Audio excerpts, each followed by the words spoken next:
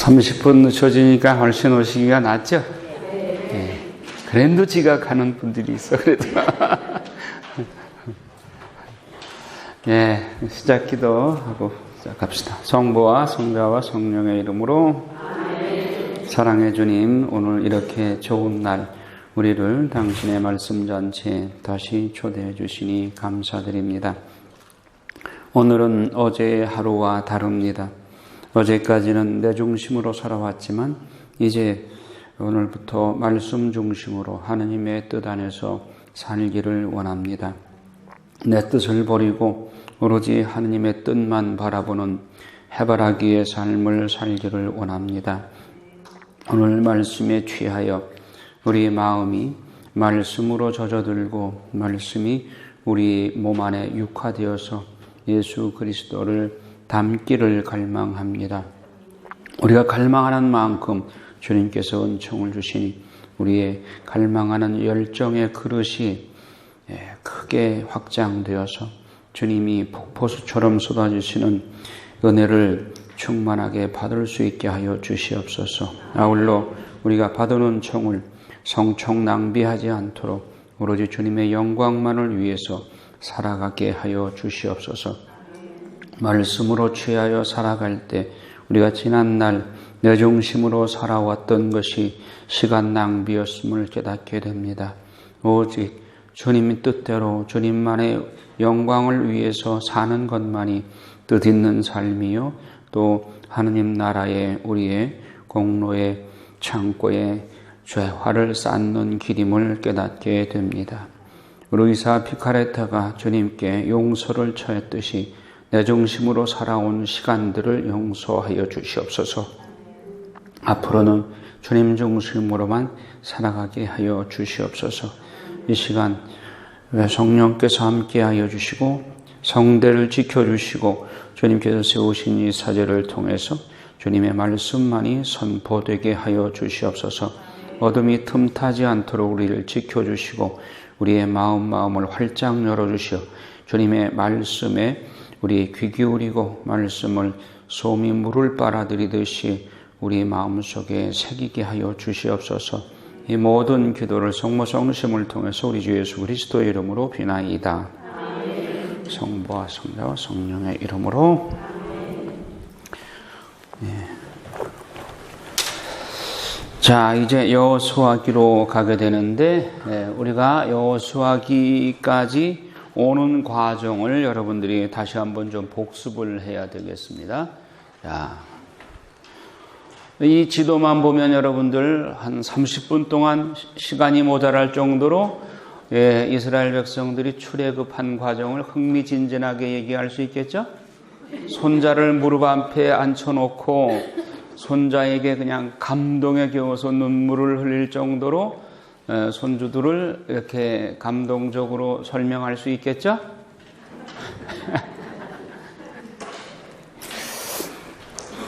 그러니까 오늘 다시 한번 출애굽 고센 땅에서 출애굽하는 그 과정을 모세오경이 이미 끝났어요. 신명기까지 오는 과정들을 30분이 시간이 모자라죠. 여러분들이 설명하려면. 그렇죠? 예. 그러니까 손주들한테 설명을 할 때 그렇게 흥미진진하게 얘기를 해서 손주들이 할머니 더 들려줘, 더 해줘 하고 졸라댈 정도로 그렇게 여러분들이 이 모세오경을 여러분의 입술에 달고 살아야 돼. 그것은 이스라엘만의 역사가 아니라 나의 역사예요. 나의 영적인 역사예요. 여러분들이 광야 체험 없이 하느님 만날 수 있나요? 여러분들의 광야는 여러분의 삶의 현장이요. 여러분의 삶의 현장에 십자가들이 다 광야인 거예요. 하느님을 만나는 광야인 거예요. 이스라엘 백성들에게는 광야라고 하는 단어만 들어도 마음이 설레요. 왜? 하느님과의 만남의 장소이기 때문에. 하느님과의 만남의 장소, 하느님과의 밀월의 장소이기 때문에 광야는 이스라엘 백성들에게 가슴 깊이 새겨져 있는 것입니다. 우리에게도 삶의 현장이 곧 광야요 하느님을 만나는 곳인 거예요. 자, 다시 한번 복습합니다. 여기가 고센 땅이에요. 이집트의 고센 땅에 누구에 의해서 여기에 자기 가족들 70인을 이쪽으로 이끌었죠?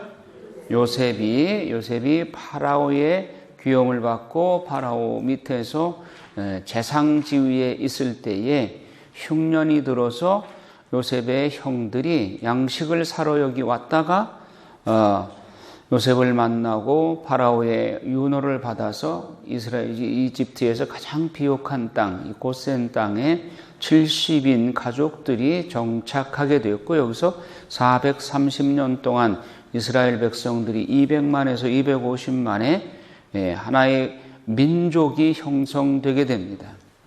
그때 요셉의 행적을 모르는 파라오가 등장함으로써 이제 박해가 시작되는데, 그것도 하느님의 섭리라고 할 수 있죠. 이스라엘 백성들이 고센 땅에서 잘 먹고 잘 사는 것, 그것이 하나님의 뜻은 아니죠.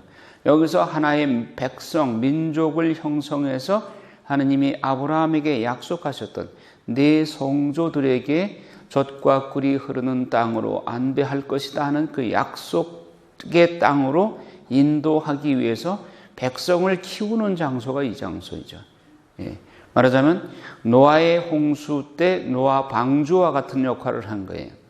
그래서 백성들을 이끌고 하나님께서 모세라는 영도자에 의해서 인도를 하셔서 이제 첫 번째 파스카를 제1년 1월 14일 날 파스카를 지내고 밤중에 출발해서 바알 츠본까지 왔더니 앞에는 홍해바다요, 위에는 필리스티아 철병기를 가진 필리스티아 군대들이 지키고 있고, 여기는 죽음의 사막이고, 뒤에는 이집트의 군대들이 쫓아오고, 사면초가일 때 하나님께서는 모세에게 손을 뻗어라, 바다에 손을 뻗으니까 홍해바다가 갈라지게 됐고, 밤새 하나님은 쇳바람으로 홍해바다를 말리우고, 그래서 마른 발로 홍해바다를 건너게 해주시고, 그리고 시나이 산으로 인도를 하십니다. 여기서 신 광야를 거치면서 거기서 만나도 내려주시고, 고기가 먹고 싶다 그러니까 메추라기 떼를 몰아다 주시고, 그러면서 이들을 인도하셔서 시나이 산에 도착했을 때 두 달 만에 도착을 했죠. 그래서 제1년 3월 14일 날 여기에 도착을 하게 되고, 그로부터 9개월 반 동안 성막을 만들라 하셔서 성막을 만들고, 그래서 제2년 1월 1일 날 성막 봉헌식을 여기서 하고, 그리고 성막의 지성소의 속죄판 위에서 하느님이 모세를 들어오라 하시고, 모세에게 이스라엘 백성들에게 율법서인 레위기를 주시게 됩니다. 레위기 이 율법을 너희들이 지키면 너희는 나의 백성이 되고 나는 너희 하나님이 될 것이다. 영원한 계약을 맺으시고, 이때 모세는 하나님께 제사를 바치는데 황소 피를 절반은 백성들에게, 절반은 제단에 뿌리고 피의 영구 계약을 맺습니다. 이것이 오늘날 성체성사의 하나의 전표, 예표라고 할 수가 있죠. 그래서 그렇게 해서 레위기를 부여받은 이 사람들은 이 레위기 율법을 지키는 것이 그들이 하나님을 워십, 공경하는 표가 되는 것입니다. 그래서 제2년 1월 14일 날 두 번째 파스카를 지내고 제2년 2월 1일 날 첫 번째 민수를 하죠. 싸울 수 있는 장정 숫자를 헤아리죠. 그래서 민수기 1장에 나오는, 그래서 50만 3,550명이라는 장정수를 지파별로 이렇게 자세하게 구분을 해 놓았습니다. 그리고 제2년 2월 20날 여기서 출발을 하게 됩니다. 민수기 10장 11절에 어디로 향하느냐? 카데스 바르네아, 파란 광야로 출발을 합니다. 이것은 가나안 복지 바로 턱 밑입니다. 이쪽으로 인도한 하느님의 뜻은 바로 쳐올라가라, 그런 뜻이죠. 그러나 그들은 정탐을 한번 해봐야 되지 않겠습니까? 그런 제안을 해서 하느님은 차선의 방법으로 그들의 뜻을 존중해서 12지파의 대표들 12명을 뽑아서 40일 동안 가나안 땅을 정탐하고 오도록 명하십니다.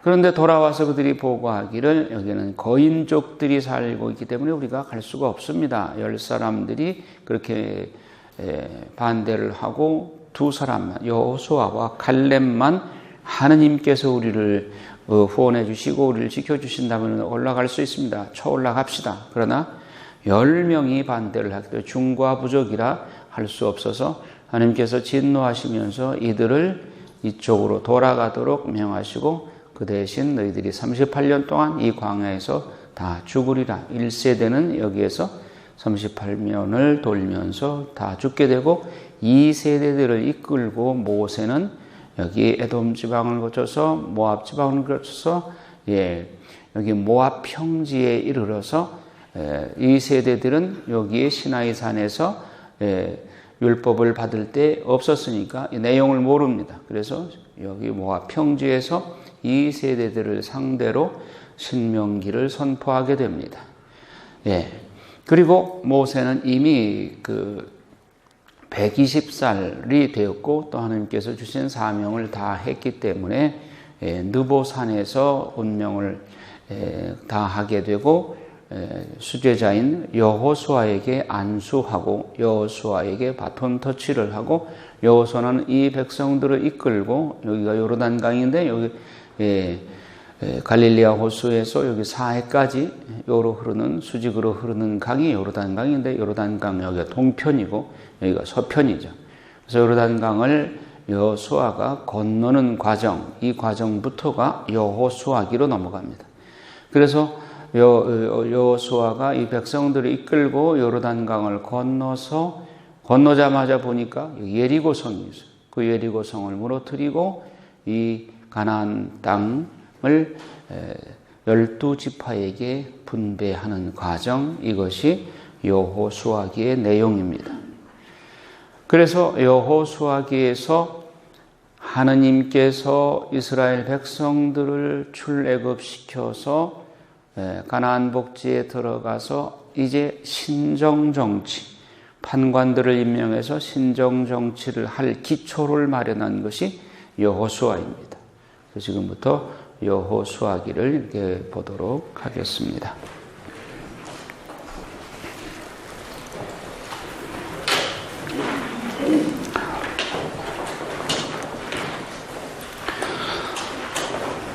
자, 여호수아에 의해서 이스라엘 백성들이 가나안 복지에 들어가서 한 일이 뭐냐? 정복입니다. 정복. 왜 그러냐면 가나안 복지의 빈 땅에도 우리가 들어간 것이 아니라 이스라엘 백성들이 이미 원주민들이 살고 있는 그 땅을 하느님께서 그 원주민들을 몰아내고 너희들이 들어가라 살아라 하는 그 땅입니다. 그러니까 정복을 해야 되는 거예요. 그럼 왜 원주민들을 몰아내야 되느냐? 몰아내도록 하느님이 허락하셨느냐? 지난 시간에 제가 이 얘기를 했습니다마는 그러면 하느님은 이스라엘 백성만 사랑하시고 원주민들은 사랑하지 않으시는가? 그게 아니라 그랬죠. 원주민들이 죄가 많았기 때문에 어차피 멸망할 수밖에 없는 사람들이고 이스라엘 백성들을 통해서 그들을 하느님을 거역하는 인간 세상에서 혐오스러운 죄를 범하는 그들을 몰아내고 너희들이 하느님을 섬기는 것을 모델로 세워라. 그리고 다른 만민에게, 다른 민족, 이방 민족들에게 너희들이 하느님 섬기는 것은 이렇게 하는 것이다 하는 모델을 세워라. 모델 하우스로 이제 가나안 복지를 하느님께서 이스라엘 백성들에게 맡긴 겁니다. 주의를 주신 것은 하나님께서 너희들이 만일 원주민들의 그 행태를, 그 죄악을 너희들도 범할 때는 너희도 똑같이 멸망하게 될 것이다. 똑같이 처벌받을 것이다. 이렇게 주의를 주었습니다. 그러니까 하나님께서 불공평한 것이 아니라 그들이 원주민들이 죄가 많기 때문에 하나님께서 징벌을 내리신 것입니다. 자, 그래 원주민들이 살고 있는 그 지역에 들어가서 이스라엘 백성들이 그들을 무찔러야 되니까 정복을 해야 되는 것입니다. 정복 시대다. 그래서 여호수아기는 이스라엘 백성들이 이제 역사가 하나님의 계명을 율법을 지키는 실제 역사가 시작되는 것이라고 할 수 있습니다. 그 다음에 여호수아가 12지파의 땅을 분배하고 그 다음에 어떻게 통치를 했느냐? 판관들을 임명해서 신정정치를 시작하신 겁니다. 신정정치. 하느님이 직접 통치하시는데 판관들을 통해서 통치하신다. 그때는 왕이 없던 시대입니다. 자, 여호수아는 모세의 후계자로서 하느님의 영을 지닌 지도자였다. 자, 아까 가나안 복지를 정탐하러 간 12사람 중에 2사람만이 긍정적인 보고를 했다고 그랬습니다. 그러면 그 2사람이 누구냐? 여호수아와 칼렙. 여호수아와 칼렙의 우정. 가나안 정탐 후에 보고할 때 긍정적인 보고를 한 두 사람의 인물입니다. 그 모세의 후계자에 관한 경쟁심이나 라이벌 의식이 전혀 없었습니다. 여호수아가 모세의 후계자가 될 때 갈렙이 질투했는가? 그렇지 않습니다. 갈렙은 또 모세가 그러니까 가나안 정탐을 하고 왔을 때 하느님께서 모세를 통해서 야, 갈렙이 후에 그가 밟고 온 그 땅은 갈렙의 몫이다. 갈렙에게 주어라. 모세에게 그렇게 말씀하셨어요. 그 내용이 나옵니다. 그런데 그때 갈렙의 나이가 40세였어요. 그런데 모세가 죽고 여호수아가 이제 이스라엘 가나안 땅에 들어가서 12지파에게 땅 분배하려고 막 계획을 세울 때 갈렙이 장막에 들어가서 여호수아에게 잠깐만 해놓고 예전에 45년 전에 모세가 나에게 이런 말을 한 거 당신이 기억하지 않소? 즉 내가 가나안 땅에 가서 정탐하고 내가 밟고 온 그 땅을 하느님께서 모세를 통해서 나에게 상속분으로 주겠다고 약속하신 것을 당신은 믿지 않소? 기억하지 않소? 여호수아는 그대로 받아들입니다.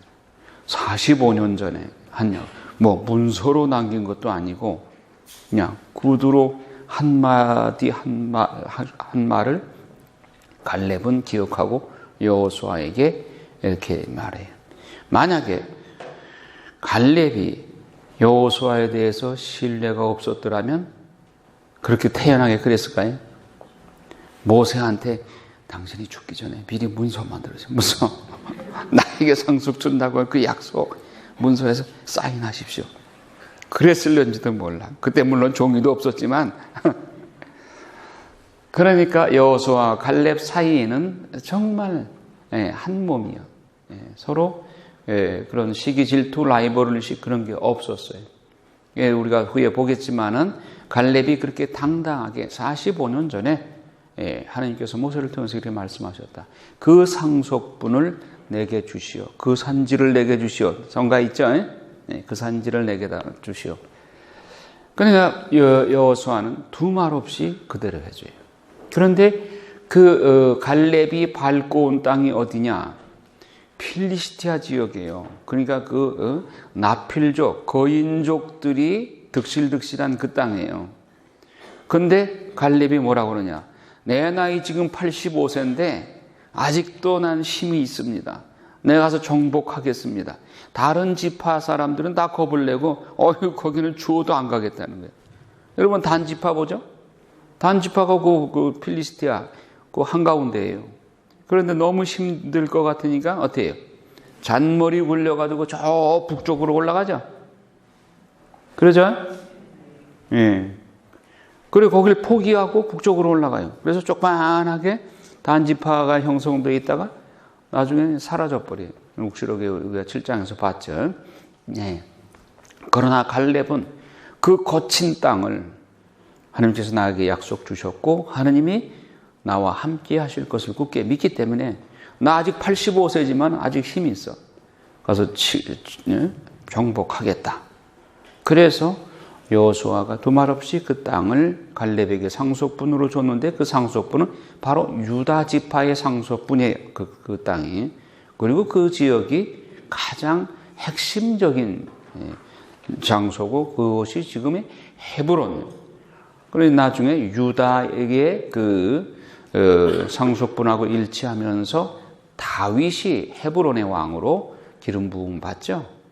예, 그러니까 지금 또 예루살렘도 그 지역인 거예요. 예, 그래서 다윗 왕국이 핵심을 이루고 있는 중심 지역이 바로 갈렙의 상속분이고 유다 지파의 상속분이 된다. 자, 그래서 갈렙의 상속분에 요청을 할 때 여호수아는 전혀 이의를 제기하지 않고 들어준다. 여호수아와 갈렙의 우정. 우리가 나중에 보겠지만 다윗과 누구의 우정?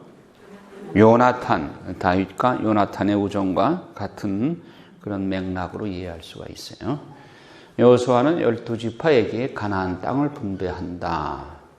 그 땅은 빈 공터가 아니라 가서 이방 민족들과 싸워서 점령하고 그들의 고유 우상을 타파하고 하나님 유일 신앙을 심는 개척의 길이다. 그런 의미에서 하나님께서 가나안 땅에 이스라엘 백성들을 훈련시켜서 그 지역에 보내는 의미가 있는 것이지 단지 거기 가서 잘 먹고 잘 살아라 그거 아닙니다. 하나님을 워십, 경배하는 그런 장소로 모델 하우스로 그 땅을 지정해 주신 것입니다. 12지파에게 땅 분배하고 48개 성읍으로 나누어서 레위 지파를 파견하고 각 지역에서 하나님 공경의 워십을 행하도록 맡기고 판관들을 임명하여 판관을 통한 신정 정치가 수행되게 되는데 그 기초를 놓은 분이 여호수아다. 자, 48개 성읍은 누구를 위해서? 어느 지파? 레위 지파. 레위 지파에는 땅 분배가 있었어요, 없어요? 예, 레위 지파의 몫은 없습니다. 왜 그럴까요? 레위 지파에서 사제가 나와서 그 레위 지파는 한 곳에 모여 살아서는 의미가 없어. 각 지역에 사제관을 짓고 각 지파의 각 도시, 지방에 곳곳에 파견돼서 마치 본당 사제가 파견되듯이 각 지역에 가서 각 그 도시민들, 주민들을 하나님이 예배할 수 있도록, 워십할 수 있도록 본당 사제관이 곳곳에 48개 성읍에 나누어져서 사제 생활을 하도록 하기 위해서이니까 레위 지파에는 일정한 땅 분배가 없이 48개 성읍으로 나누어서 그래서 경작할 일부 체전을 같이 딸려서 체전이라고 하기보다 그 사람들은 목축업을 하니까 목양지를 주는 거죠. 그래서 48개 성읍에 레위 지파가 살 수 있는 그런 땅을 곳곳에 이렇게 분배해 주는 거죠. 그 이름도 이제 나중에 나오게 되죠. 가나안 정착 생활, 약속에 충실하신 하느님은 창세기 12장 7절 또 15장 7절에 젖과 꿀이 흐르는 땅을 너희에게 주겠다 하는 그 약속입니다.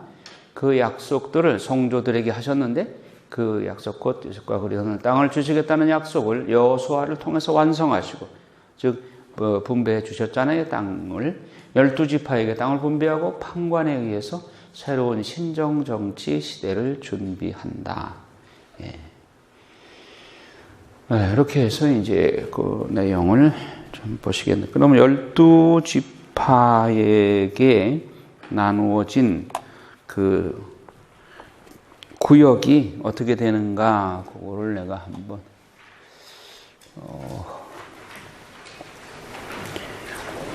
그거를,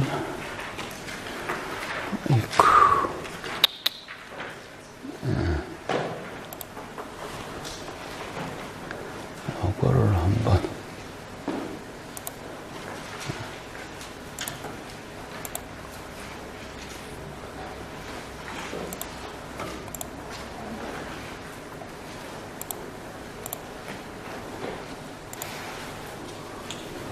잘 보여요?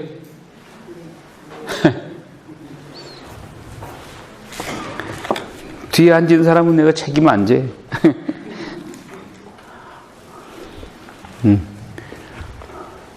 자, 이게 갈릴리에서 사해로 이렇게 흐르는 요르단강이고, 요르단강 동편을 세 지파에게 우선 나눠줍니다. 이 요르단강을 건너기 전에 이 세 지파는 요 에돔, 모압, 암몬을 다 쳐부셨죠. 예, 모세 때 이미 쳐부셨어요. 그래서 세 지파에게 이 땅을 나누어 줍니다. 여기 므낫세 반쪽 지파, 서쪽에 또 므낫세가 있어요. 그러니까 반쪽은 여기, 반쪽은 여기. 므낫세 반쪽 지파라는 말이 그 뜻입니다. 예, 반쪽은 동쪽에 므낫세의 반쪽은 동쪽에 머물게 하고, 또 반쪽은 므낫세 지파의 반쪽은 서쪽에 머물게 하는. 므낫세는 누구 아들이에요? 요셉의 아들이죠. 요셉의 큰 아들이요. 작은 아들은 에프라임, 므낫세 에프라임입니다. 그런데 요셉 대신에 이 므낫세와 에프라임을 야곱이 손주인데 친아들로 받아들였죠. 예, 요셉에게 그렇게 얘기를 하죠. 네 아들을 내가 내 아들로 삼겠다. 그래서 이제 12지파에 이제 속하게 되는 것이죠. 그리고 므낫세 반쪽 지파, 그 다음에 가드가 이게 안 보이냐? 이 밑으로 내려가야 되는데. 가드 지파.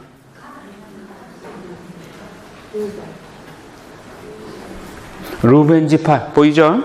요 루벤 지파. 루벤 여기 있네요. 가드 지파, 루벤 지파, 므낫세 반쪽 지파. 여기에게 동쪽에 이미 정벌한 땅을 분배하고 나눠 줍니다. 그리고 여호수아가 야, 너희들 여기 그냥 머물러 있지만 말고 여기 서쪽에 가서 정벌을 해야 되는데 너희 힘이 필요해. 그러니까 너희들도 일단 여기 좀 여자들과 자녀들은 여기 놔두고 싸울 수 있는 장정들은 일단 건너가서 서쪽에 정벌하는 것도 좀 도와주고 다 끝나면 너희들 다시 돌아와. 이렇게 해서 건너갑니다. 이분들이 건너가서 정벌하는데 도움을 주죠. 그래서 봅시다. 여기 시메온 지파 있죠? 네, 시메온 지파, 유다 지파. 유다 지파는 누구의 상속분이라고 그랬어요? 갈렙의 상속분인 것이죠. 이 블레셋 보세요. 이 필리스티아. 이 아주 그냥 거센 민족. 이 철기병기를 가지고 있는 블레셋이 있으니까 이 단지파 있잖아요. 이거 아주 너무 힘들 것 같으니까 지레 겁먹고 도망가 버려요, 저 위로. 예. 그런데 이 갈렙은 용감하게 내가 85세지만 이들 하나님께서 우리와 함께 하시면 싸움은 하나님이 해주신 것이다. 그래서 쳐 올라가자. 그래서 내가 밟고 온 땅 하나님이 모세에게 약속한 그 땅을 내게 주시오. 그래서 유다 지파의 이 땅을 갈렙이 진두지휘에서 이쪽을 정보를 합니다. 여기 베냐민 지파 있고 단 지파, 에브라임 지파 있고 서므낫세, 그리고 이사갈 지파, 스불룬 지파, 이렇게 그래서 12지파에게 땅 분배한 내용이 나옵니다.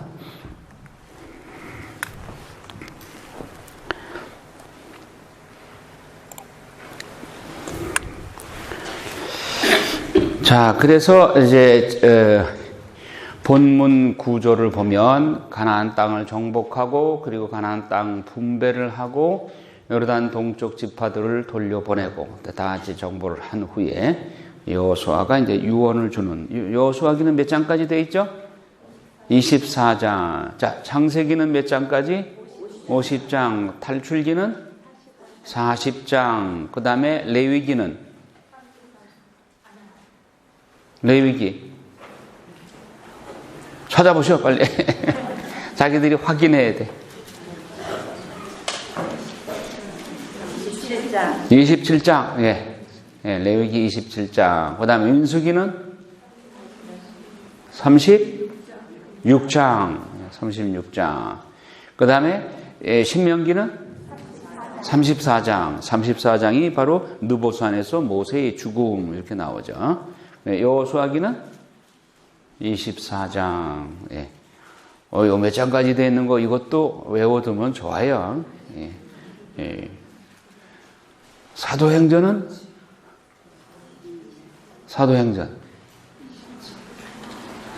왜 한 장은 빼먹으셔?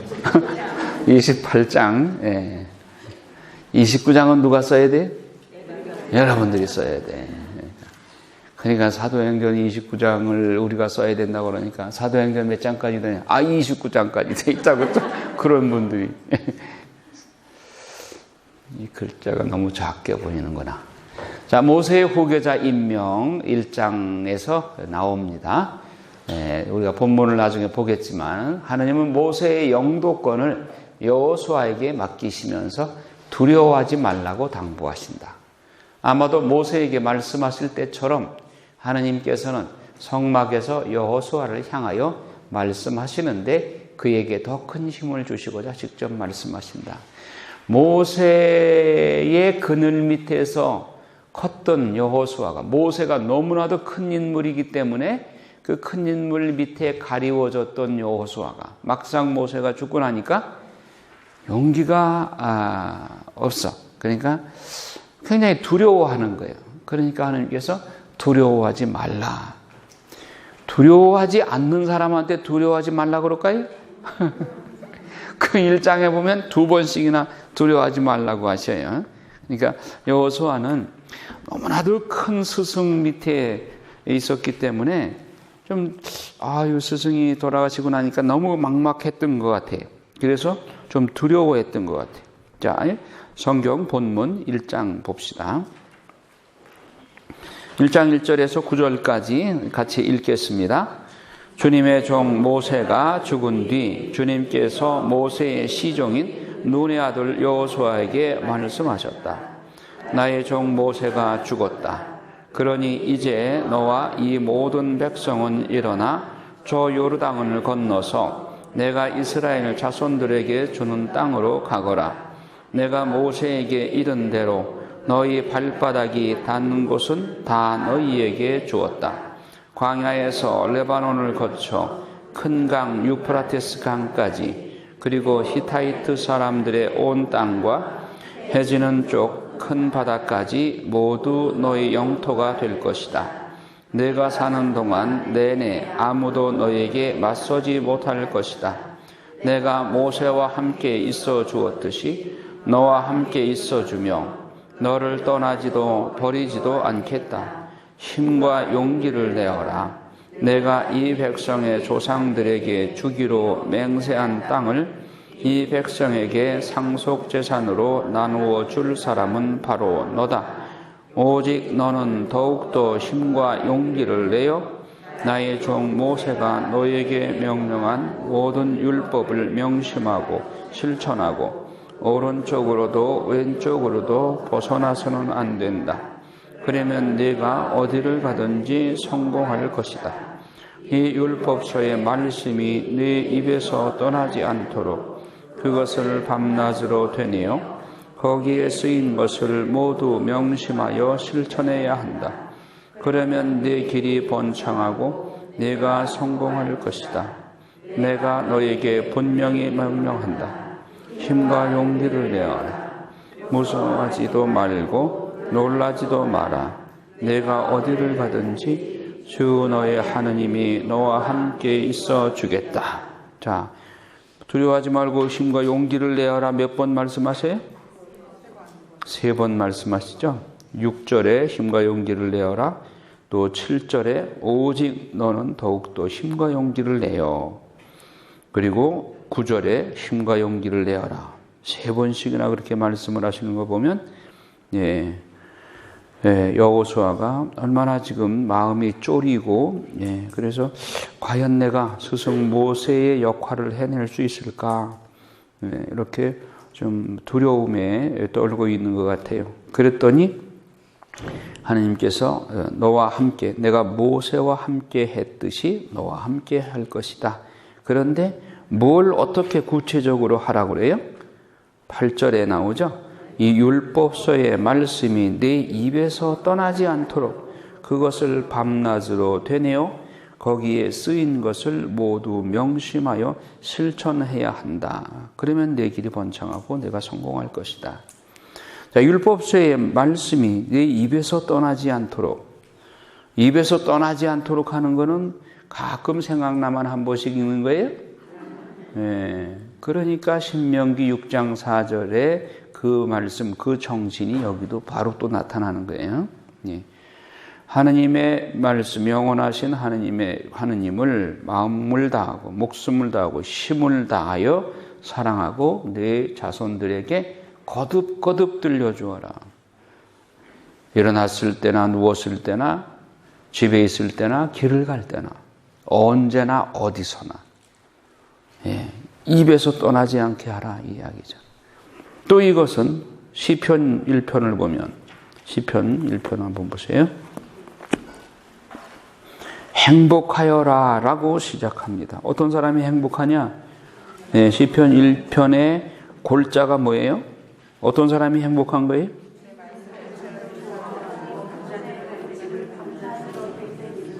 그렇죠. 2절을 오히려 주님의 가르침을 좋아하고 그분의 가르침을 밤낮으로 되새기는 사람, 이 사람이 행복하단 말이에요. 그럼 여호수아에게 하신 말씀은 내가 너희와 함께 있겠다. 그런데 너희가 어떻게 하면 율법서의 말씀이 네 입에서 떠나지 않도록 그것을 밤낮으로 되뇌어. 그러니까 시편 1편의 말씀과 여호수아서 1장 8절의 말씀과 신명기 6장 4절의 말씀은 같은 맥락이에요. 같은 이야기를 반복해서 하시는 거예요. 그러니까 성경이 두꺼운 책의 골자가 뭐냐? 바로 그거예요. 신명기 6장 4절의 말씀에 표현만 다를 뿐이요. 같은 취지, 같은 정신을 말하고 있는 거예요. 그럼 여호수아한테만 한 말씀이에요? 우리들한테는 아니에요? 우리들도 마찬가지예요. 우리들에게도 똑같은 말씀 하시는 거예요. 이 성경 말씀은, 율법서의 말씀은 곧 성경 말씀입니다. 성경 말씀이 네 입에서 떠나지 않도록 그것을 밤낮으로 되뇌어서 거기에 쓰인 것을 모두 명심하고 실천해라. 진리는 아주 간단하고 가장 또 분명해요. 명료해요. 이것만 지키면 되는 거예요. 자, 그래서 여호수아가 백성에게 명령을 내리다. 이제 이렇게 하나님으로부터 말씀을 받고 이제 명령을 내립니다. 그 12지파한테 이렇게 땅 분배를 하면서, 그리고 동편에 그 므낫세 반쪽 지파, 그리고 가드 지파, 르우벤 지파, 동쪽에 이미 땅을 분배한 그들에게 너희 아내와 아이들과 가축은 모세께서 너희에게 주신 요르단 건너편 땅에 머물러 있게 하고, 그리고 너희 가운데 힘센 용사들은 모두 무장하고 너희 형제들 앞에 서서 강을 건너가 그 형제들을 도와줘야 된다. 즉 다른 9지파인가요? 3지파 빼면 9지파를 도와줘야 된다. 주님께서 너희와 마찬가지로 너희 형제들에게도 안식을 베푸시고 또 그들도 주 너희 하느님께서 주시는 땅을 차지할 때까지 너희는 그렇게 해야 된다. 그런 다음에 너희의 소유가 된 땅, 곧 주님의 종 모세께서 요르단 건너편 즉 동쪽에 주신 땅으로 돌아와서 그것을 차지하여라. 그러니까 이들은 예하고 응답하고 이제 동편을 처자식만 남겨놓고 이제 서편으로 건너가는 거죠. 요르단강을. 17절에 그 백성들이 그렇게 말합니다. 우리가 모세께 순종하였던 그대로 나리께도 순종하겠습니다. 주 나리의 하느님께서 모세와 함께 계셔 주셨던 것처럼 나리와도 함께 계셔 주시기만 바랄 뿐입니다. 나리의 본부를 거역하고 나리께서 무엇을 명령하시든 그 말씀에 순종하지 않는 자는 누구든지 사형을 받을 것입니다. 오직 힘과 용기를 내십시오. 그러니까 백성들 보기에도 여호수아가 조금 긴장한 것 같아요. 그러니까 힘과 용기를 내십시오. 그런 거예요. 네. 자,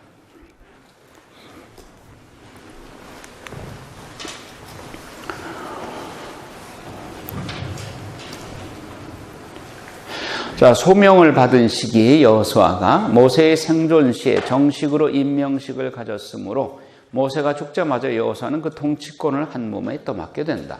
죽은 모세를 위하여 애곡하는 날 30일이 차기 전까지는 하나님께서 그에게 가나안으로의 진군 명령을 내리지 않으셨다. 그것은 백성에게 지도자를 잃은 일을 슬퍼할 시간을 줄 뿐만 아니라 그들로 하여금 모세에 대한 자기들의 잘못을 회개할 수 있는 시간을 주기 위해서였다. 모세한테 이스라엘 백성들이 좀 거슬리고 거역하고 그랬죠. 그러니까 모세의 죽음 앞에서 그들이 잘못한 것을 반성하고 후계자인 여호수아한테는 우리가 그러지 말아야지 회개할 수 있는 시간을 준 것이다. 자, 취임 전에 여호수아의 지위는 어땠느냐? 그는 모세의 시종 곧 업무 보좌관이었다. 70인역에서는 슈프르고스라고 번역을 했는데 그의 지시를 따르는 일꾼이라는 뜻이다. 첫째, 그는 오랫동안 업무 경력을 쌓아왔다. 둘째로 그는 모세의 명령에 따라서 순종하는 가운데 훈련을 받았다. 복종을 배운 사람은 통치자로서 가장 적합하다.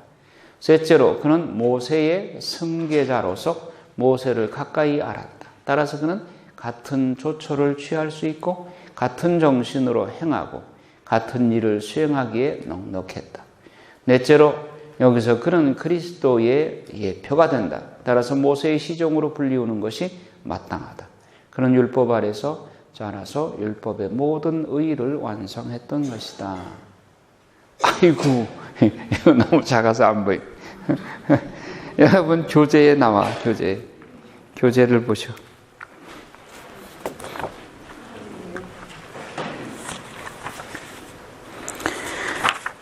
교재에 어디에 나오는가 하면은 136쪽 136쪽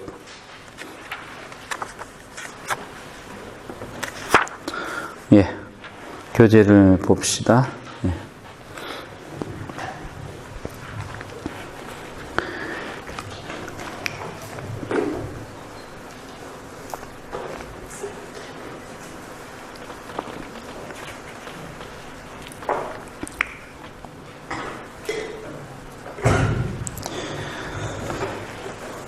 네, 소명의 내용 하느님이 여호수아에게 말씀하시기를 이제 너는 일어나라. 모세는 죽었지만 일은 계속해야 한다. 그러므로 일어나 일에 착수하라. 그래서 이제 모세에게 그 여호수아에게 소명을 주십니다. 그리고 특별 임무로 일어나서 이 요르단강을 건너가라. 내 눈에 보이는 이 강을 건너라. 이것은 여호수아의 믿음에 대한 시험이었습니다. 그에게는 백성을 수송할 만한 거룻배나 배다리가 없었어요. 그럼에도 불구하고 그는 그 명령을 내리신 하느님께서 백성을 위하여 길을 열어주실 것이라고 믿어야만 했다. 요르단강을 건너야만 가나안에 들어갈 수 있는 것이다.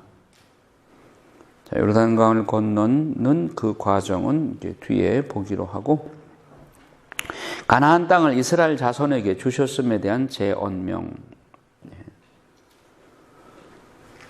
자, 땅을 분배받은 사람들은 곧 이스라엘 자손들이고,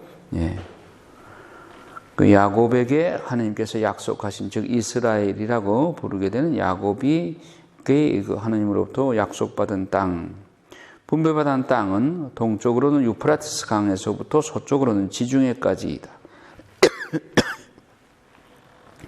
그 다음에 땅을 받을 수 있는 조건은 내가 모세에게 말한 바와 같이라는 말에 함축되어 있다. 즉 그 뜻은 곧 모세가 여러 번 너희에게 말한 것처럼 만일 너희가 나의 규례를 지키면 너희는 들어가서 그 좋은 땅을 얻을 것이다. 그러한 단서와 한도 내에서 얻을 것이며 다른 방법은 없다는 것이다. 물은 너희 발바닥으로 밟는 것이 너희의 소유가 될 것이다. 다만 너희의 발을 그 위에 디디기만 하면 그것을 취할 것이다. 자, 하나님께서 함께 하심을 확신할 것. 이스라엘을 애굽에서 끌어내어 광야 사이로 이끌 때에 내가 모세와 함께 있던 것 같이 내가 너와 함께하여 너로 하여금 그들을 가나안에 정착시킬 수 있도록 하겠다. 그렇게 하셨고, 하느님이 늘 함께 하시어 그들을 버리지 아니하시리니 이렇게 되어 있습니다. 그래서 이제 모세는 그를 떠나야 하지만 하느님은 결코 그 백성들을 떠나지 않으신다. 이것을 백성들에게 신뢰를 심어주는 것이죠. 자, 하느님께서 여호수아에게 내리신 지시와 명령, 주야로 하느님의 말씀을 묵상하라. 그래서 여호수아는 그야말로 기도의 사람이었어요. 주야로 하느님의 말씀을 묵상하고 말씀대로 살았어요. 두 번째, 그것을 그의 입에서 떠나지 말게 하라고 명하신다. 입에 달고 살아라. 이 모든 율법을 따라 말해야 한다. 새로운 법을 제정해야 할 필요는 없었지만 그에게 부탁한 아름다운 것을 주의 깊고 신실하게 지켜야 한다. 이 모든 율법을 다 지켜 행해야 했다. 여호수아에게. 그래서 사람이 아무리 위엄이 있고 지배력이 있다 하더라도 하느님의 율법 위에 설 수는 없다. 율법 아래에 있어야지 하느님의 말씀을 자기 마음대로 해석해서 내 생각 같아서는 이럴 것 같은데 그렇게 융통을 부려서는 안 된다. 첫째, 여호수아는 그는 기록된 것을 행하여야 한다. 둘째로 그는 기록된 율법을 정확하게 지켜야 한다. 율법은 모세를 통해서 주신 것이죠. 그는 양심이 저지하는 것과 섭리가 암시해 주는 바 그리고 모든 유리한 기회들을 지켜야 한다. 그는 자기 자신이 실천하는 일에서든 또는 어떠한 통치 행위에 있어서든 그것으로부터 치우치지 말아야 좌로나 우로나 치우치지 말아야 된다. 그는 강하고 담대하여야 한다. 마지막으로 하느님께서는 그렇게 하면 그가 어디로 가든지 형통하리라. 내가 지켜주리라. 그렇게 말씀을 하셨어요. 하느님의 약속과 임재하심으로 힘을 얻고 그 안에 머물러야 된다. 그래서 정탐꾼을 보냈을 때 다른 10명은 못 간다고 부정적인 보고를 했지만 여호수아와 갈렙만큼은 하느님의 힘에 의지해서 저 올라갈 수 있습니다 라고 했듯이 그걸 토대로 해서 모세의 후계자가 됐고 이제 또 한 번 이제 정말 자기가 믿은 신뢰를 실천할 단계가 지금 온 거죠. 그래서 2장에 보면 이제 예리고 정탐꾼을 보내요.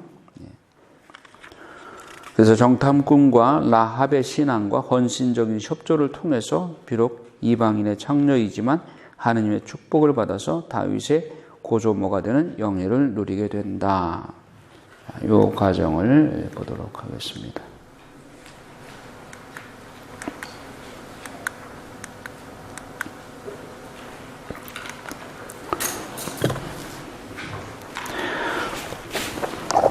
자, 2장에 보면 예리고의 정탐꾼들을 보내다. 이제 여호수아가 2명의 정탐꾼을 보냈습니다.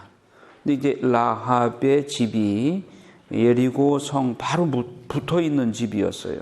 그래서 그 집에 들렸더니 라합이 이 정탐꾼들을 잘 슬기롭게 맞아서 그 자기 옥상에 아마줄기를 널어놓은 그 속에다 숨겨주고 그 정탐꾼을 찾으러 온 그 관리들을 슬기롭게 해서 돌려보내죠.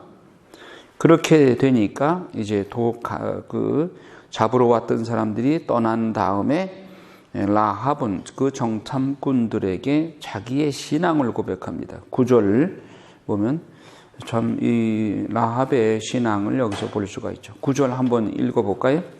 나는 주님께서 이 땅을 당신들에게 주셨다는 것을 압니다. 우리는 당신들에 대한 두려움에 쌓여 있습니다. 이 땅의 주민들이 모두 당신들 때문에 불안에 떨고 있습니다.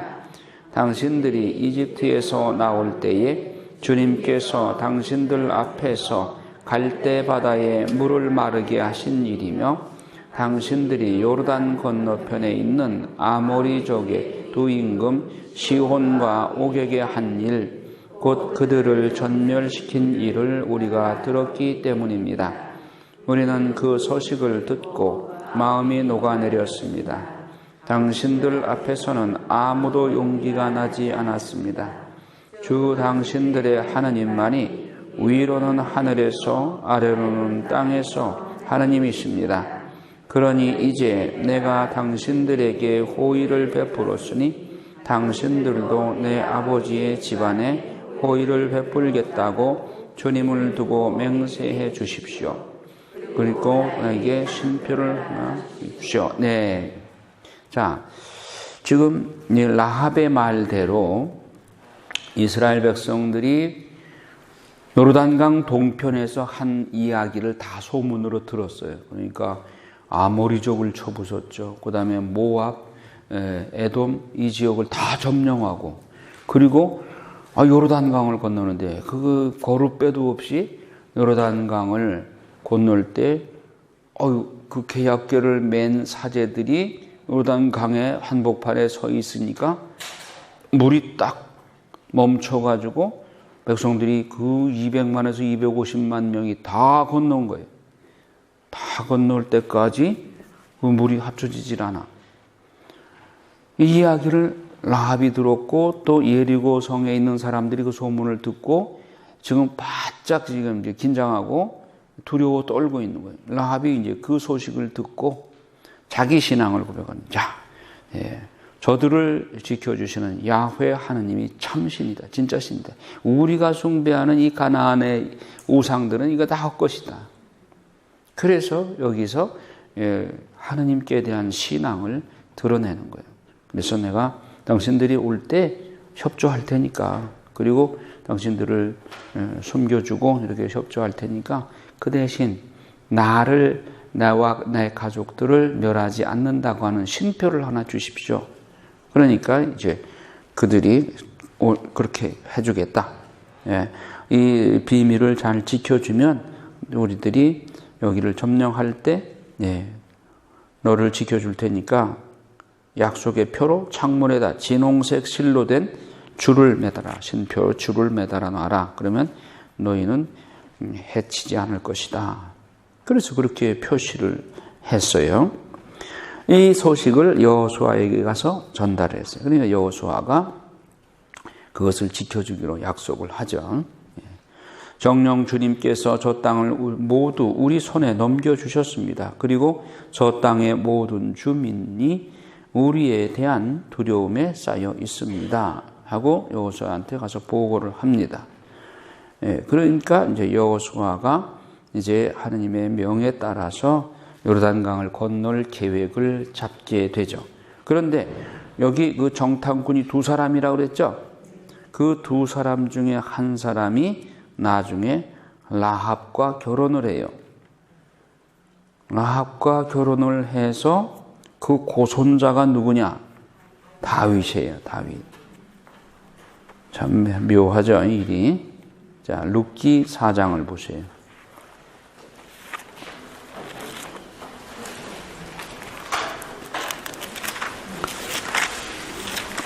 룻기 4장을 보면 4장 18절,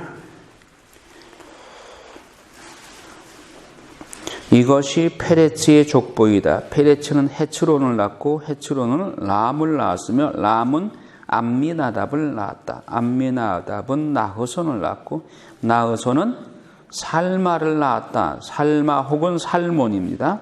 그 뒤에서는 살몬이라고 나오죠.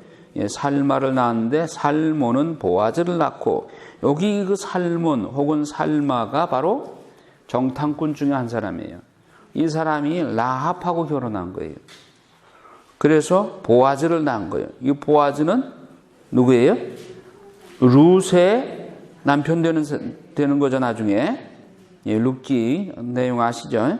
룻의 남편이 되는 거예요.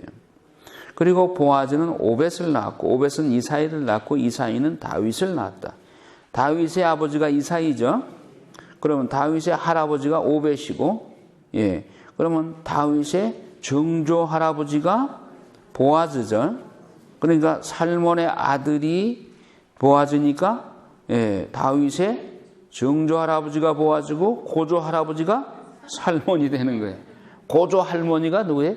라합인 거예요.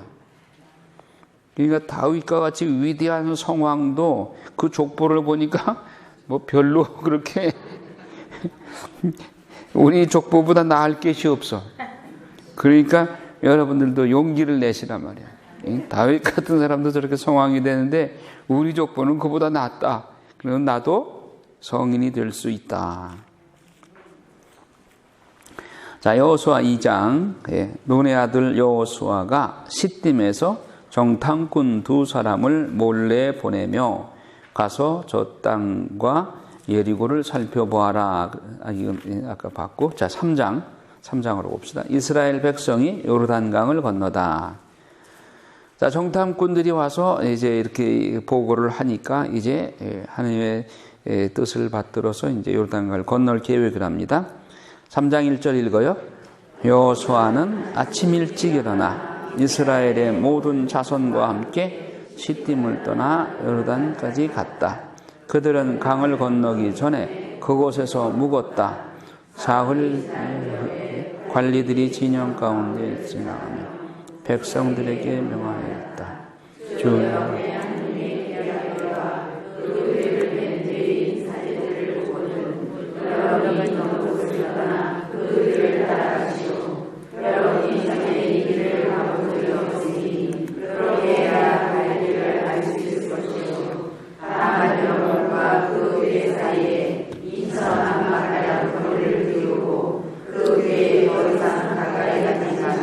네, 자, 여호수아가 아침에 늦잠 잤어요? 일찍 일어났어요?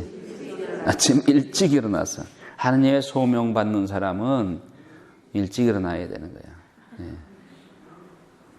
네. 아침에 일찍 일어나는 사람은 이틀을 사는 겁니다.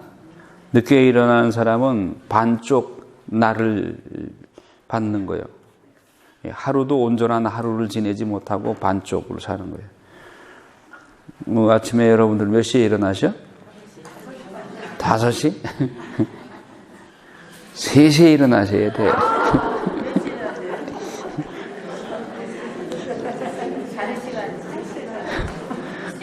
그러니까 새나라의 어린이는 일찍 일어나려면 어떻게 해야 돼요? 일찍 자야 돼요. 그건 너무나도 명확한 진리요. 일찍 자야 돼. 그거 뭐 드라마 보느라고 뭐 밤 11시, 12시까지 앉아 있으니까 3시에 일어나질 못하지. 드라마 안 보시겠지. 뭐 여기 나오시는 분들이야.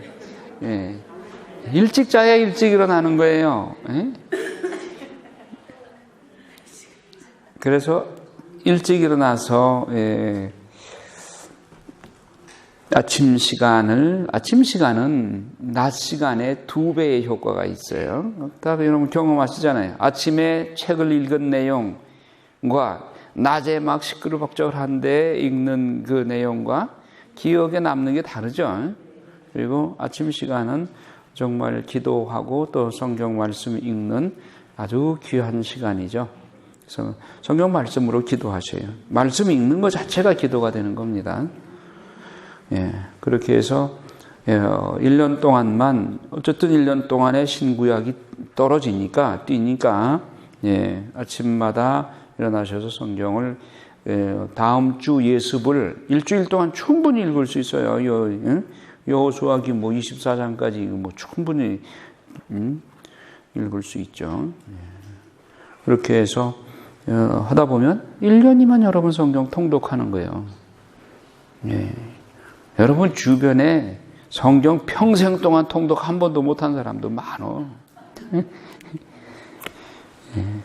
그러니까 해마다 이렇게 성경을 한 번씩 통독을 한다는 건 그건 대단한 것이죠.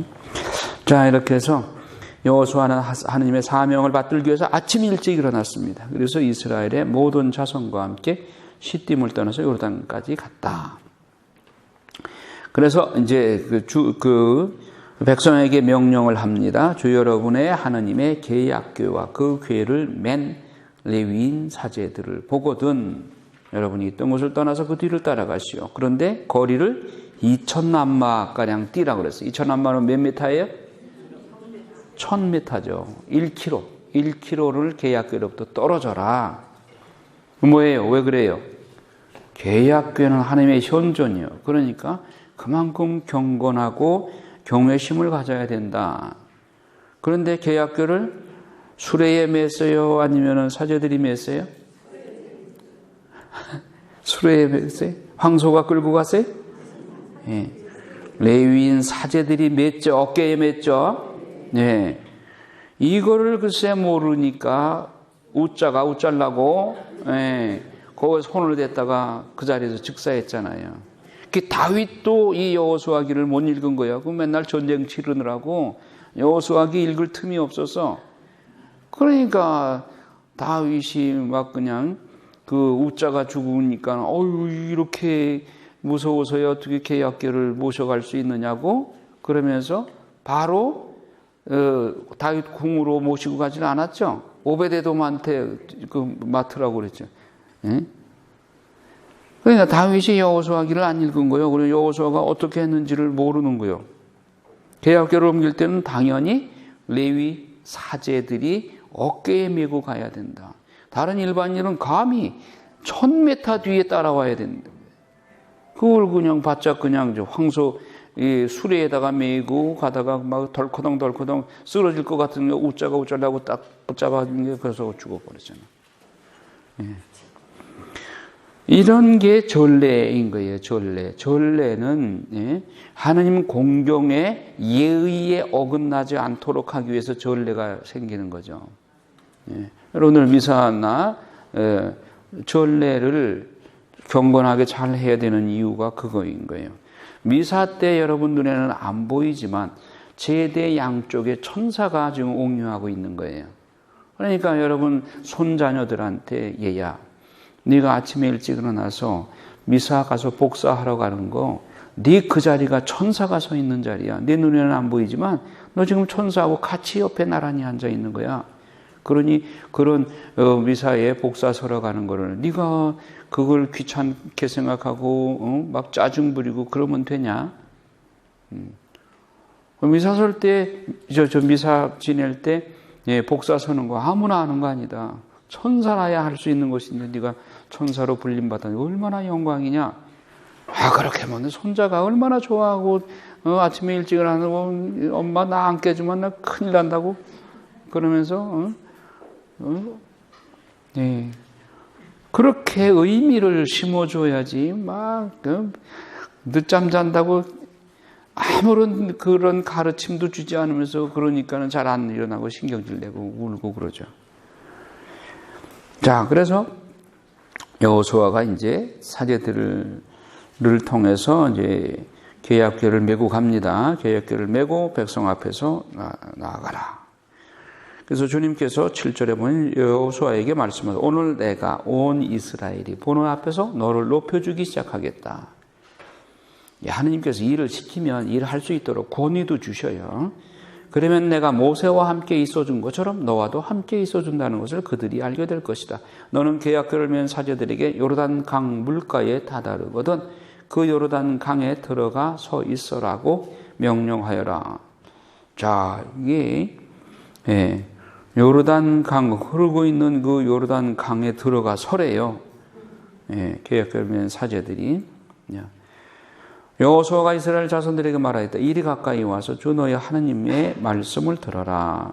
그래서 이제 일어날 이 일로서 살아계신 하나님께서 너희 가운데 계시면서 가나안족, 히타이트족, 히위족, 브리스족, 기르가스족, 아모리족, 여부수족, 아프가이 기히여 외웠죠? 네, 7 부족을 쫓아내시리라는 것을 알게 될 것이다. 자, 온 땅의 주인이신 분의 계약궤가 너희 앞에 서서 요르단을 건널 것이다. 그러니 이제 이스라엘의 지파들 가운데서 지파마다 한 사람씩 12사람을 뽑아라. 온 땅의 주인이신 주님의 궤를 맨 사제들의 발바닥이 요르단 강 물에 닿으면 위에서 내려오던 요르단 강물이 끊어져 둑처럼 멈추어 설 것이다. 자, 이거 확신이 없으면 이런 말 할 수 있을까요? 생각해 보세요. 요르단강이 이렇게 위에서 아래로 흐르고 있는데 사제들이, 계약궤를 맨 사제들이 발이 그 물에 닿기만 하면 흘러오던 물이 딱뚝이 돼가지고 멈춰선대. 그리고 이거는 흘러가고, 그러면 여기, 그냥 맨바닥이 드러나는 거죠. 여기 딱 흘러오던 물이 딱 멈춰서는 거예요. 이건 홍해바다를 가르는 거하고 어느 게 더 어려운 일이에요? 홍해바다 갈라지는 게 어려운 일이에요? 위에서 흘러내려오던 물이 딱 멈춰서 가지고 뚝이 되는 거에 더 어려운 거예요? 이게 어려운 거죠, 요르단강이. 요르단강 규모는 작지만, 위에서 흘러내려오는 물이 딱 멈춰서. 그런데, 홍해바다 갈릴 때는 모세 보고 그냥 팔만 뻗으라고 그랬어. 물에 들어가라는 말도 안 했고. 그러나 여기서는 계약궤를 사제들이 물에 들어가래요. 그래서 그 발이 물에 닿는 순간 그렇게 흘러오던 물이 벽이 되어줄 것이고 멈출 것이다.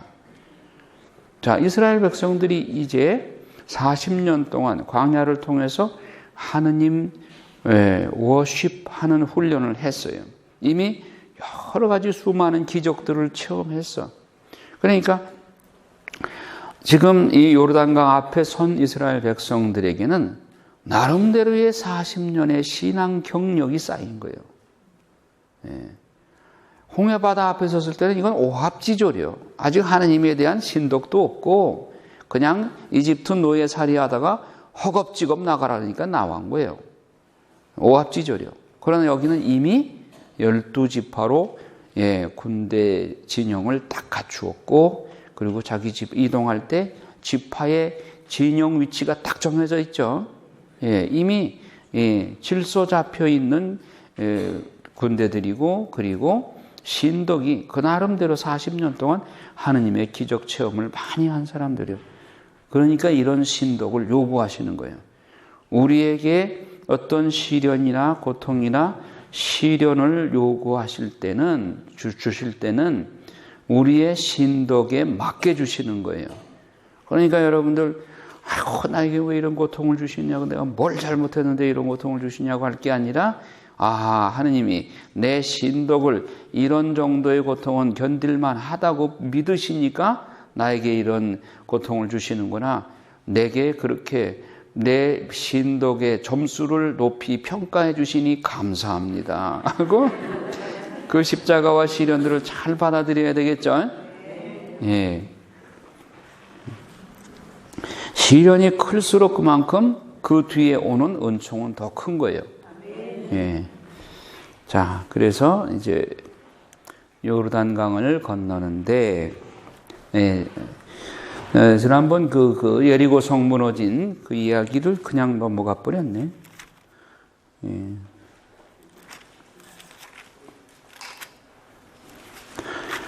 여리고 성이 어떻게 무너졌어요?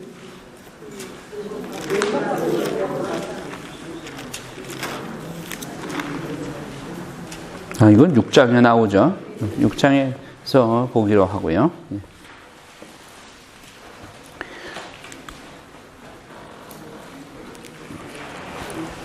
자, 요르단강을 이제 그렇게 해서 건넜습니다. 사제들이 발이 물에 닿았을 때 이스라엘 백성들이 건너는데, 근데 이게 뭐 잠깐 동안 그렇게 한 게 아니고 200만에서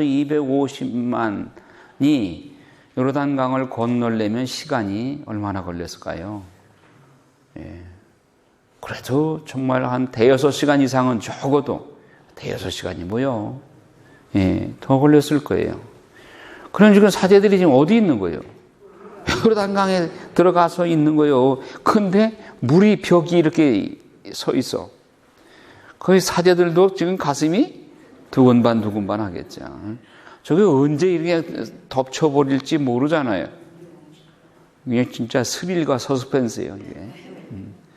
그렇게 서 있는 거예요, 지금 사제들이. 그 사이를 이제 이스라엘 백성들이 건너가는 거죠. 사제들이 그 요르단 강 가운데 지금 서 있다 하는 걸 생각을 하고, 그리고 이제 이스라엘 백성들이 다 건너간 후에 이제 사제들이 나오니까 물이 합쳐져 버린 거예요. 나오고 나서 이제 12개의 기념비를, 돌을 주워다가 기념비를 세웁니다. 그래서 7절에 보면, 4장 7절에 보면 요르단 강물이 주님의 계약궤 앞에서 끊어졌다. 교회가 요르단을 건널 때 요르단 강물이 끊어진 것이다. 그래서 이 돌들은 이스라엘 자손들에게 영원히 기념비가 되었다. 그래서 기념비를 세운 거예요. 9절에 보면 여호수아는 요르단강 한복판 계약궤를 맨 사제들의 팔이 서 있던 곳에 돌 12개를 세워놓았다. 그래서 하느님께서 이제 여호수아의 명에 따라서 이렇게 하니까 이런 기적이 일어나니까 이제 백성들이, 야, 여호수아가 예전에 모세의 그 권위를 그대로 지니고 있구나. 그래서 권위를 세워주신 거예요. 그래서 주님의 계약궤를 맨 사제들이 요르단강 한복판에서 올라올 때 그 사제들의 발바닥이 마른 땅에 닿자마자 요르단 강물이 제자리로 돌아가서 전처럼 강 언덕에 넘쳤다. 자, 그들이 이제 올라가서 어디에 도달했느냐? 첫째 달 초열흘날 백성은 요르단에서 올라와 예리고 동쪽 변두리에 있는 길갈에 진을 쳤다. 길갈에 진을 친 것이 지난번에 진의 이동에서 숫자를 헤아려 보니까 몇 번째예요? 42번째. 기억하시죠? 지난번에 그 진을 옮겨간 그 내용을 쭉 설명한 거, 그 몇 장에 나와요? 어디에?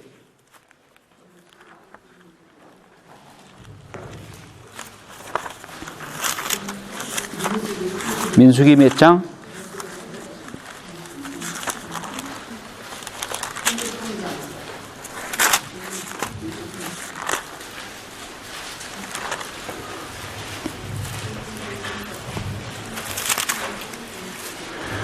네, 민수기 33장. 네, 33장 보면 이집트에서 요르단에 이른 여정 해가지고 나오죠. 예.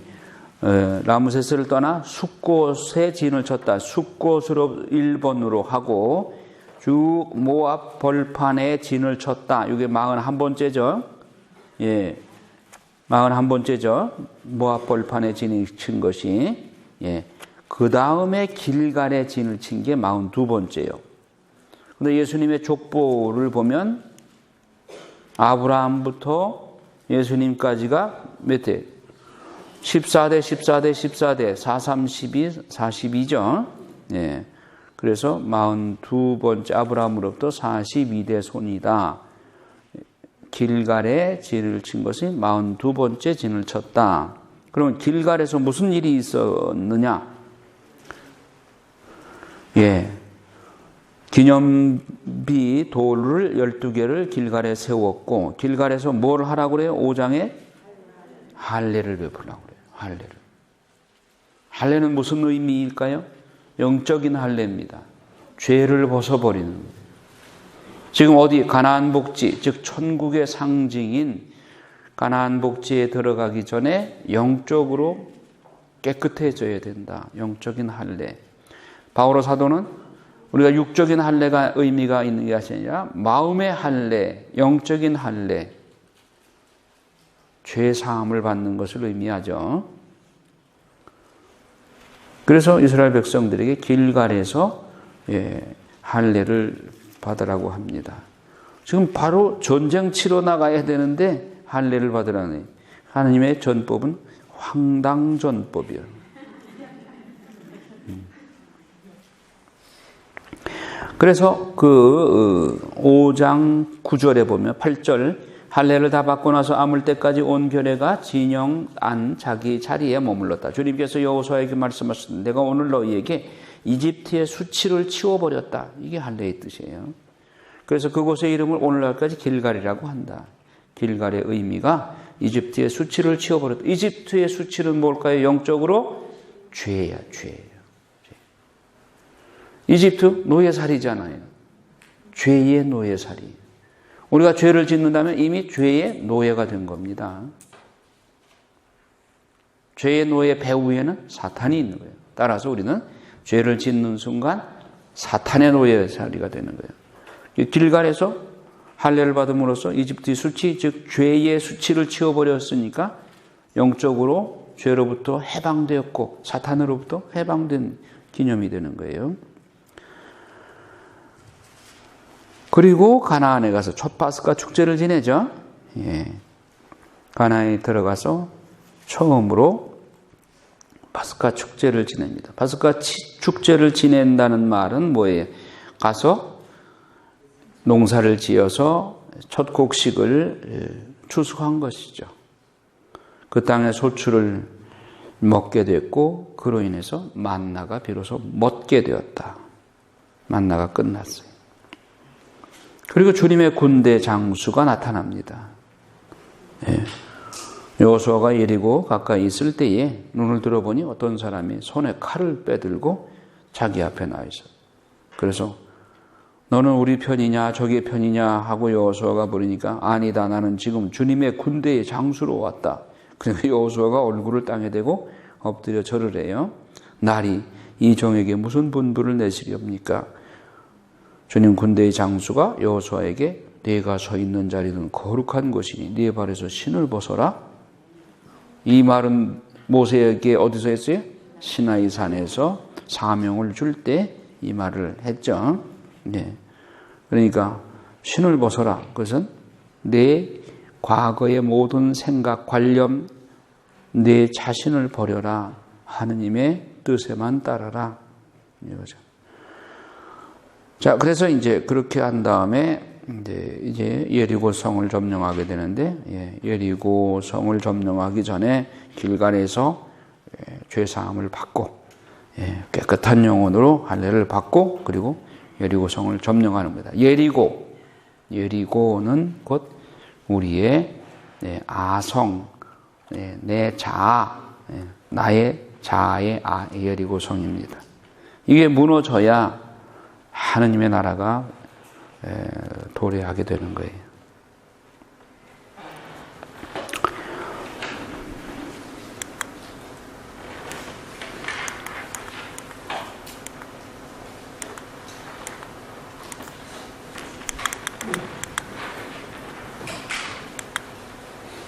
자, 화면 보세요. 예리고 성은 세상이다. 복음에 보면 예리고의 장림 치유한 이야기 나오죠. 예수님께서. 그리고 예루살렘에서 예리고로 내려가던 사람이 강도를 만난 비유. 이거 착한 사마리아 사람의 비유에 나오죠. 그러니까 예루살렘에서 예리고로 내려가는 사람은 이건 뭐예요? 하느님의 성전에서 세상을 향해 내려가는 사람이에요. 그러니까 강도 만날 수밖에.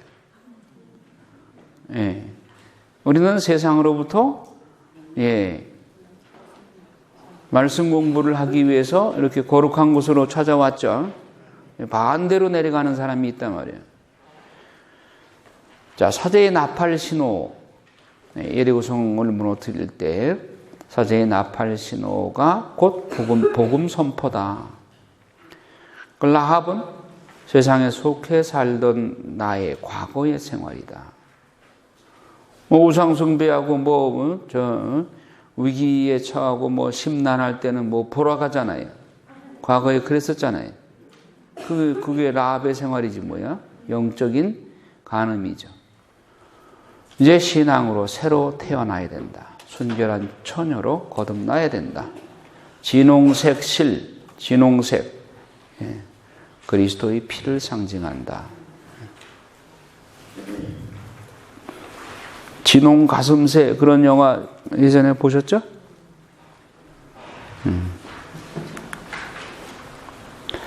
자, 그러면 예리고를 점령하는 이야기.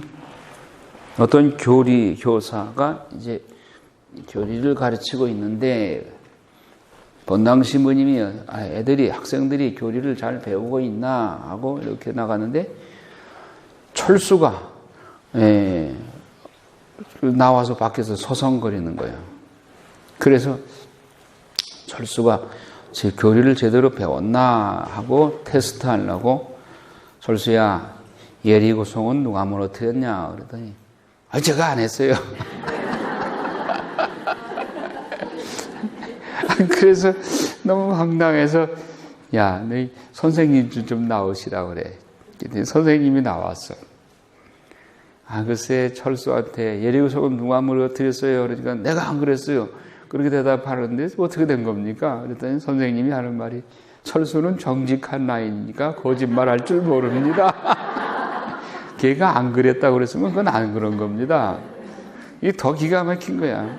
그래서 교감 선생님 좀 나오시라고 그러죠. 교감 선생님 나오셨어요. 그래서 교감 선생님이 이 자초지종을 얘기하면서 아니 도대체 이거 어떻게 된 겁니까? 그래서 교사까지 또 그런 말을 하니 그랬더니 교감 선생님 하는 말이 그러면 우리 회비 모아놓은 거 있으니까 그걸로 쌓아드릴게요.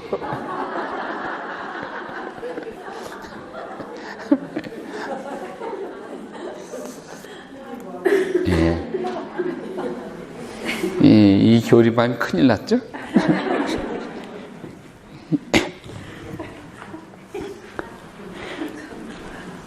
자, 하느님이 여호수아에게 예리고 성을 어떻게 점령하느냐? 하루에 한 번씩 돌아라. 6일 동안. 하루에 한 번씩 돌아라.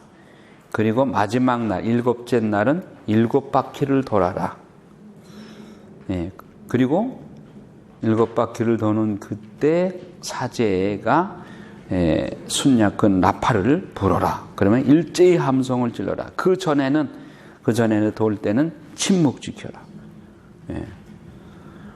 그래서 이제 그 사제들이 앞장서고 뒤에 따르도록 그렇게 했습니다. 그런데 이 6번을 돌 때까지도 6일 동안 돌 때까지도 그 예리고성 튼튼한 성이 뭐 벽돌이라도 조금 금이 가거나 뭐 이제 무너지는 무슨 흔적이 보여야 뭐 좀 믿을 거 아니에요? 6일 동안 매일 한 바퀴 도는데 그대로야. 조금도 뭐 변화되는 게 없어. 그러면 말을 하도록 내버려 두었다면 그 백성들이 불평했을까요? 안 했을까요? 불평하죠. 아니 예리고 성을 부수려면은 망치나 도끼를 가져와야지. 그래 여기를 빙빙 돌기만 하면 무너져? 저게 무너질 것 같아? 우리가 6일 동안 돌았잖아. 그래도 뭐 벽돌 한 장 안 빠지잖아. 하면서 온갖 그 정탐꾼들이 와서 얘기한 거고 똑같잖아요. 아니 정탐꾼들은 그 사람들이 키가 크고 뭐 그럴 뿐이지. 아니 그 예리고 성을 돌고 있는 사람들은 진짜 황당한 거예요. 그 튼튼하게 쌓여진 예리고 성이 우리가 그냥 뺑뺑 돌기만 한다고 무너진다고 하니 너무 황당한 거예요. 그러니 불평이 오죽 많이 나오겠어요. 그러니까 침묵의 명을 내렸어요. 실렌지움, 침묵, 대침묵. 그래서 10절에 보면 여호수아가 백성에게 명령하기를 함성을 지르지 마라. 너희 소리가 들리지 않게 하여라. 한마디도 입 밖에 내지 마라. 내가 함성을 지르라고 하거든 그때의 함성을 질러라. 이렇게 그런 주님의 교회가 성읍 둘레를 한번 돌게 하였다. 백성은 그렇게 한 다음 진영으로 돌아가서 그 밤을 진영에서 지냈다. 여호수아는 아침 일찍 또 일어났다. 또 아침 일찍 일어났다고 그랬잖아요. 사제들도 주님의 궤를 메었다. 순양불 나팔을 하나씩 든 사제 7명이 주님의 궤 앞에 서서 가며 줄곧 나팔을 불었다. 그리고 무장을 갖춘 이들이 그들 앞에 서서 걸어가고 후이드가 주님의 궤 뒤를 따라가는데 뿔나팔 소리는 계속 울려 퍼졌다. 그들은 이튿날에도 성읍을 한 번 돌고 나서 진영을 돌아갔다. 그들은 엿새 동안 그렇게 하였다. 이튿날이 되었다. 동이틀 무렵에 그들은 일찍 일어나 같은 방식으로 성읍을 7번 돌았다. 이날만 성읍을 7번 돈 것이다. 7번째가 되어 사제들이 뿔나팔을 불자 여호수아가 백성에게 말하였다. 함성을 질러라. 주님께서 저 성읍을 너희에게 넘겨주셨다. 성읍과 그 안에 있는 모든 것은 주님을 위한 완전 봉헌물. 완전 봉헌물은 완전히 다 없애버리는 거예요. 불살라버리는 겁니다. 다만 창녀 라합과 그 여자와 함께 집에 있는 사람은 모두 살려주어라. 그 여자는 우리가 보낸 심부름꾼들을 숨겨주었다. 너희는 완전 봉헌물에 손을 대지 않도록 단단히 조심하여라. 그러니까 은과 금, 청동, 기물 이런 거에 대해서 그런 걸 훔치거나 그런 거를 감춰놓거나 그러지 말라는 이야기죠. 그리고 이제 그렇게 도우니까 여리고 성이 무너졌어요. 그러니까 그걸 보고 여호수아가 선언을 합니다. 여호수아가 선언하였다. 이 여리고 성읍을 다시 세우겠다고 나서는 사람은 주님 앞에서 저주를 받으리라. 기초를 놓다가 맏아들을 잃고 성문을 달다가 막내 아들이 이르리라. 이렇게 경고를 했는데도 불구하고 후에 이걸 하다가 죽은 사람이 있어요. 열왕기 상권 16장 보세요. 열왕기 상권 16장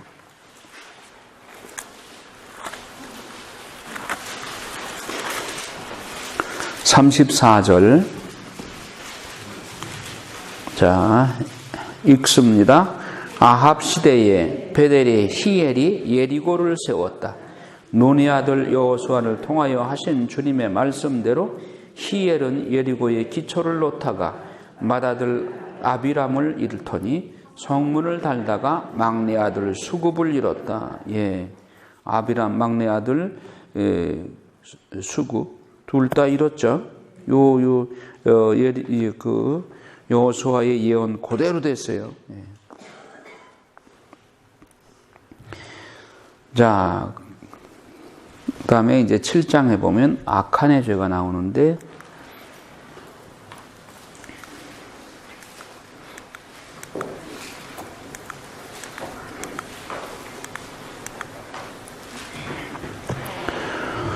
자, 이스라엘 자손들이 완전 봉헌물과 관련하여 죄를 지었다. 아이고, 시간이 다 됐네. 요거는 오후 시간에 하도록 하죠. 일어나서 삼종기도 하고 식사하러 가겠습니다.